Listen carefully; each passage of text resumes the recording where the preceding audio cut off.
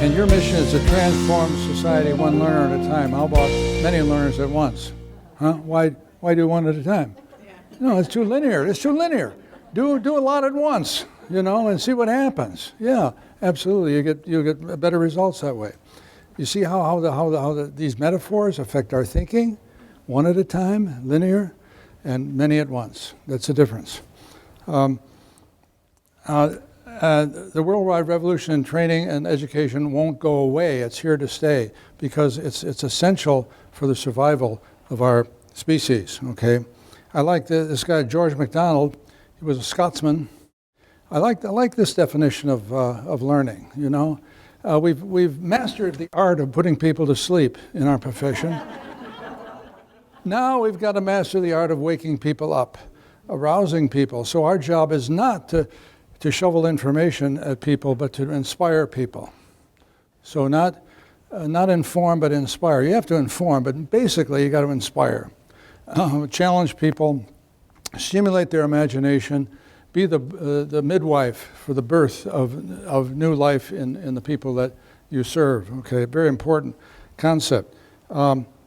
Here's what Robert Frost said: I'm not a teacher, I'm an awakener. Aha, that's great. And we're not celebrating, but we're mourning the death of Jacques Barzun, the great historian and author and teacher who died recently. And there's a big story of him in the New York Times today. He was a wonderful example for us. In his first school, he was a teacher, 9 years old. Teacher. At 11 years old, he went into depression and was thinking of committing suicide, but he decided to stay with it, and he lived to be 104. So things worked out for him. And he wrote a lot of books, The American University, The American Teacher, Begin Here. And one statement he made jumped out at me when I read his works, and this was, teaching is not teaching is not an application of a system. It's a exercise in perpetual discretion. How about that? Perpetual creativity, perpetual innovation. Yeah, that's what learning is all about. Not giving information, but inspiration. A teacher is always, like this says, I don't have to read it to you, you can read it yourself, but you got to learn how to pull back and not do too much for people. If you start to do too much, you're interrupting the learning, the growth of the individual. Right? It's like teaching a child to walk. If you over-support the child doesn't learn as quickly as if the child tries her or his own little legs. And you see what I mean? That's what learning anything. Learning is not learning is becoming. Okay, that's the thing. Your Cicero, he knew a little bit about stuff, and this is the same philosophy. And again, the printing press has supported a linear view of life, which is fine, and that's part of life. It doesn't go away, but this is supporting a more geodesic form of life. Everyone's interconnected with everything else all the time. You've got the Encyclopedia Britannica in your pocket or your purse. See? Or if you want to know about Marco Polo, you had to wait till the library opens, and it isn't open on Sunday. Now, Marco Polo, 3 seconds, you know all about him. You see what a tremendous change it is. And for education, it's going to have astonishing effects on how you go about helping people learn by getting them connected with the larger world and with each other. That's the idea. Like Austin Powers would say, it's geodesic, baby. Wouldn't he say it that way? Maybe not. I don't know. It's geodesic. Yeah, absolutely. And that'll always steer you in the right direction. When you're planning a lesson, you say, how can I get people connected? How can I get people to help each other? Rather than what am I going to say as a teacher? What can people say with each other, for each other, and so on? I'm just here to initiate the process and then get out of the way. See, not to be the center of the stage at all. This has been the standard practice, that the belief that learning is above your neck and the brain is irrelevant for learning. If you squirm or wiggle too much, that you must be learning disabled, shouldn't use your body. That's been the belief. But it's totally false. As we say on the farm in Wisconsin, it's male bovine droppings, that idea. Yeah, it is. It's nonsense. It's not true at all. All the research says now that the mind is in the body's in the mind. It's one learning instrument. The body is integrated in your brain. Your brain has millions of miles of fiber into every part of your body. From your right nostril to your left toe is here, and everything is integrated, see? And we've got to realize that you got to get people to move more. Okay, at 7 o'clock at night, you look out at a sea of glazing eyes. Why? Because people can't move, you know? And I'm here, you know, sedentary, listening to you groan on and on. No wonder I want to fall asleep and get in my car and go home. You know, now look at this. There's been so much research in the last 10 years or so about the brain and learning, and we have instruments for knowing what's going on inside of the brain. This is the top of the brain on the right, the side of the brain on the left, and this neocortex that's showing here is part of the brain where you do your thinking and learning and creating. And embedded right in the middle of that is, guess what? The body. Yeah, the body. The sensory cortex and motor cortex integrated in the thinking, learning, creating brain. Now, a fellow from Canada, Wilder Penfield, was a neuroscientist, and he had an exposed brain once on a table, and so he tested what part of these cortices governs what part of the body. Now, this is very interesting. I find it interesting. This is just the right hemisphere of the motor cortex, and look at what nature has devoted to the fingers, hands, and arms for manipulating stuff, and the tongue, throat, larynx, and lips, and everything for talking, almost all of it. So by articulation and manipulation, you're stimulating a lot of energy in that learning, thinking, creating brain. But what do? Sit down, shut up, don't talk, don't wiggle, from first grade on, right? So we inhibit the natural learning ability. I'll tell you, we got to get the body back into the equation. What was the best part of the day when you were a kid in elementary school? Recess. Why? I'm free at last. I'm whole at last. You know. Now I can exercise my whole self. And if you stand by a school door when there's recess starting, you see the kids streaming out, happy, and they're collaborating with each other. They're inventing new games. They're changing the rules of existing games. They're thinking, and you don't see them with the same amount of energy going back into the cage, do you? No, they're free. So my philosophy is, why not teach math on the playground? Yes, or science on the playground. Yeah, where people are totally in possession. Why don't you get your learners to make something in the class, build something, build a three-dimensional model, act out a process. I think Janet Dunn has done that with acting out physiological processes with people are props. You know, why not? Get people physically active. Have them map something on a big long tabletop, a process or whatever. Have them become active, and then they won't be sleeping for your class because they're so inactive, see. So I'm going to challenge you a little later to come up with ways of taking those boring parts of your lessons and saying, how can I make activity out of this where learners are creating something, see. That's it. That's the sensory cortex, same thing. Manipulation and articulation. The more you move.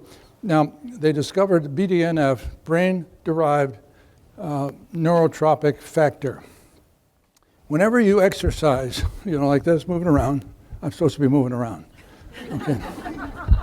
You know, you're creating chemicals in your system, this BDNF chemical, that goes right into your brain. It's like Miracle-Gro. Yes, it fosters the growth of new neurons. It fosters the communication between existing synapses. It grows your brain. And that's why people who are sedentary are shrinking their brain, literally. People who are physically active will bulk the volume of their brain. Absolutely, because we're not meant to be sedentary. That's not the way our brain developed over time. So we're meant to be physically active. So why do we make schooling so physically inactive and then wonder why people can't pay attention? My George, I think we got the answer. Yeah, you got to have people moving to create the kind of energy and the chemicals that are going to foster brain growth. Okay, that's the idea. If your body don't move, your mind don't groove. That's it. That's the rule. That's nature. Now we want to reinforce that. So we're going to have two teams. People over here are going to be team one. People over here are going to be team two. We're going to be standing up and we're going to be clapping in antiphony like this. So let's stand up. We're going to chant this. We'll chant this mantra together, and group one, you'll chant it by yourself while group two listens.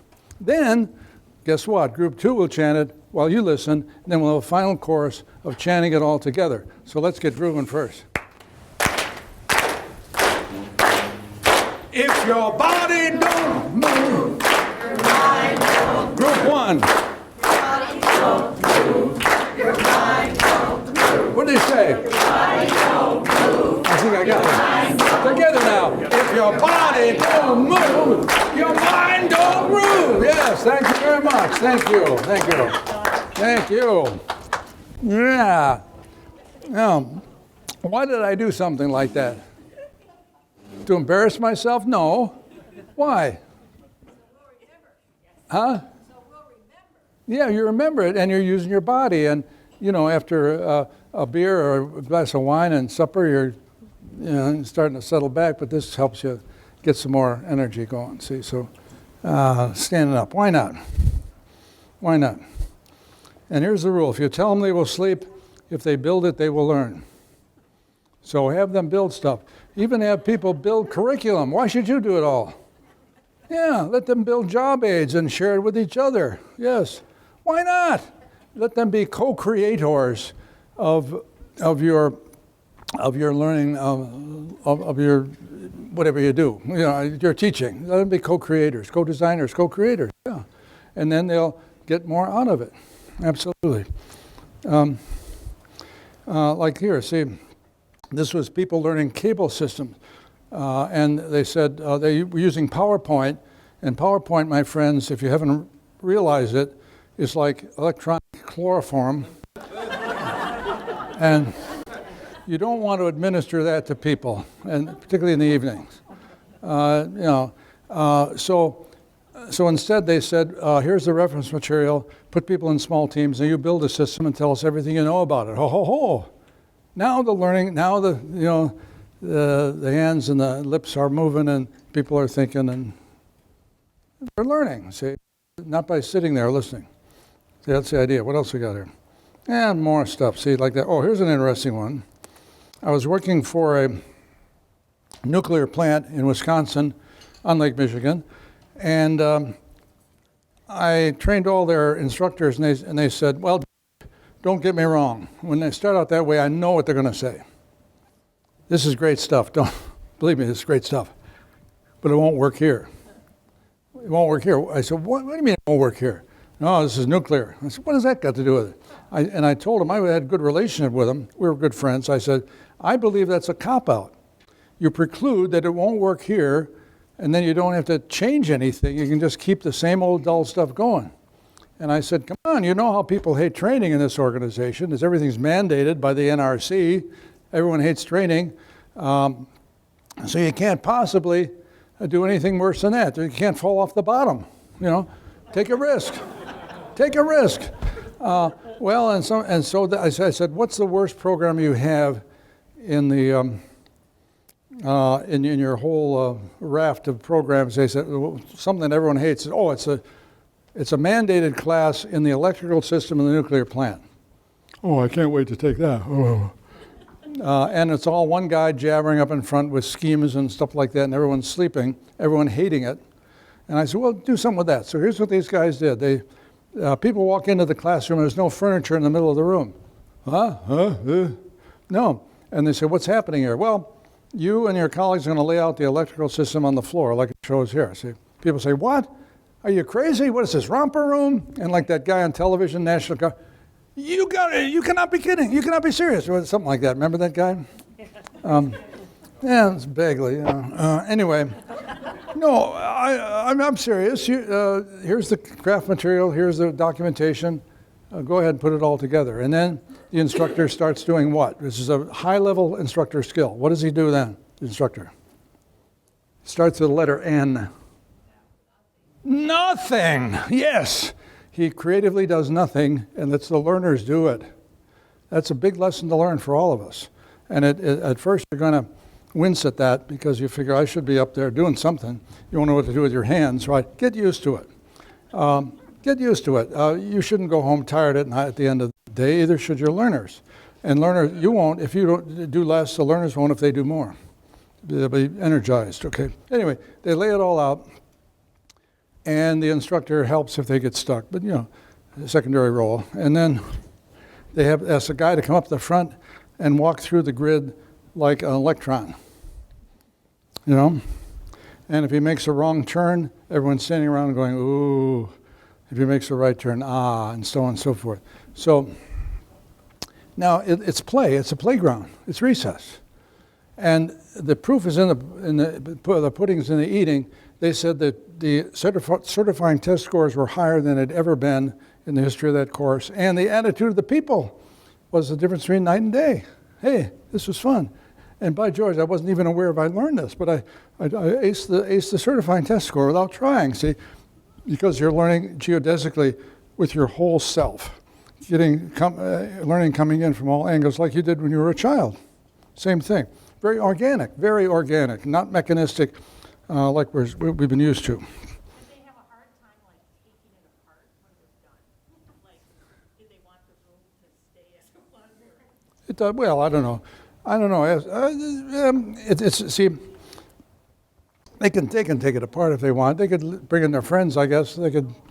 Then the next group comes in and does the same thing. See. But notice, it's not the traditional 19th century classroom. That's what drives people crazy.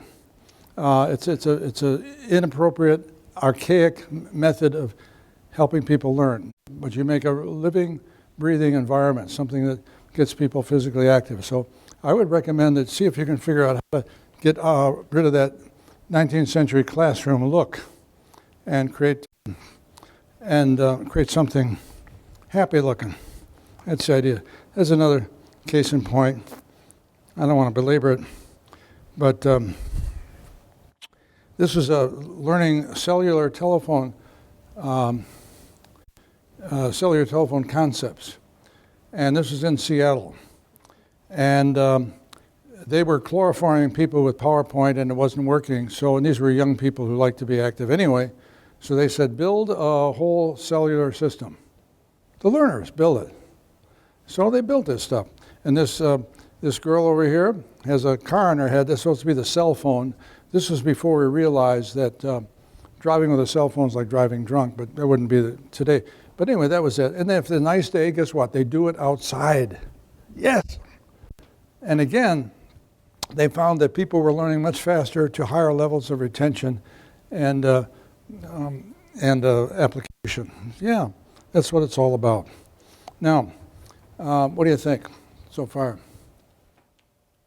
Well, you say something now. Talk to someone at your table, or talk to the table. Talk to the chair. Don't talk to the chair. Talk to the table.